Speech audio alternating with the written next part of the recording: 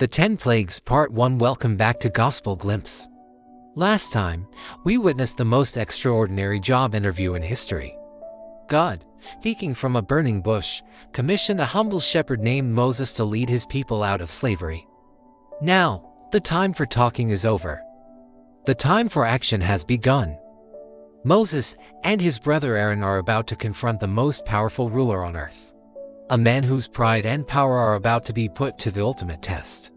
Today, we begin a series of epic confrontations and devastating miracles. We're diving into the first 5 of the 10 plagues that God sent upon Egypt, a story of a stubborn king and a God who will do anything to free his people. Get ready for a showdown of biblical proportions. Moses and Aaron, 2 brothers armed with only a message from God and a shepherd's staff, walked into the magnificent palace of Pharaoh. They stood before the throne and declared, "This is what the Lord, the God of Israel, says, let my people go, so that they may hold a festival to me in the wilderness." Pharaoh, the arrogant ruler of a mighty empire, scoffed, "Who is the Lord, that I should obey him and let Israel go? I do not know the Lord, and I will not let Israel go." To prove their authority, Aaron threw his staff on the ground, and it turned into a snake. But Pharaoh was not impressed. He called his magicians, and they did the very same thing. Yet, God proved his power when Aaron's snake swallowed the magician's snakes. But Pharaoh's heart was as hard as stone, and he refused to listen. The first plague, water to blood, so God brought the first plague. As Pharaoh watched, Aaron raised his staff and struck the water of the Nile River. In an instant, the crystal-clear water turned into thick, red blood. The fish died, the river stank, and the Egyptians could not drink the water. For 7 days, the people of Egypt were in agony, but Pharaoh's heart remained hard. The second plague, frogs. Pharaoh still refused to let the people go, so God sent the second plague. Aaron stretched out his hand, and frogs swarmed up from the rivers, the canals, and the ponds. They poured into the palaces, the homes, the kitchens, and even the beds. Everywhere the Egyptians went, there were slimy, hopping frogs. Pharaoh, finally desperate, begged Moses to take away the frogs. He promised to let the people go, but as soon as the frogs were gone, he went back on his word. The third plague, Gnats. Pharaoh's heart was stubborn, so the third plague came. Aaron struck the dust on the ground with his staff, and every speck of dust in the land of Egypt turned into gnats. Swarms of these tiny insects covered everything: the people, the animals, and the ground. Pharaoh's magicians tried to replicate the miracle, but they couldn't.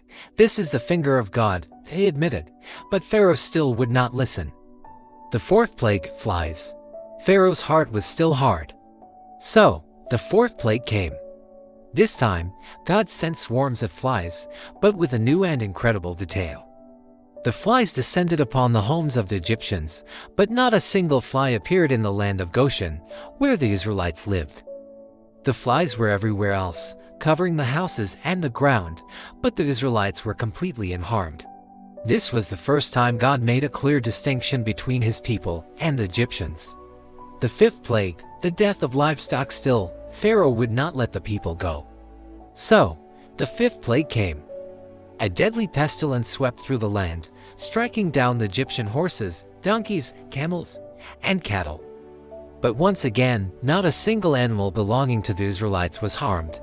Pharaoh sent people to check, and sure enough, not one Israelite animal had died. Still, Pharaoh's heart remained as hard as ever. And so ends the first half of the plagues. The first 5 were a series of devastating, yet increasingly specific, signs from God. He showed Pharaoh that he controls the very elements of creation: the water, the ground, the very life of every animal. He even showed that he can protect his people from the very plagues he sends. But Pharaoh's heart is stubborn. His pride is a powerful force, and his power seems to be unshakable. What do you think is going on in Pharaoh's mind? Why is he so stubborn, even when he sees these incredible miracles? Share your thoughts in the comments below. Our epic journey through the plagues is not over yet.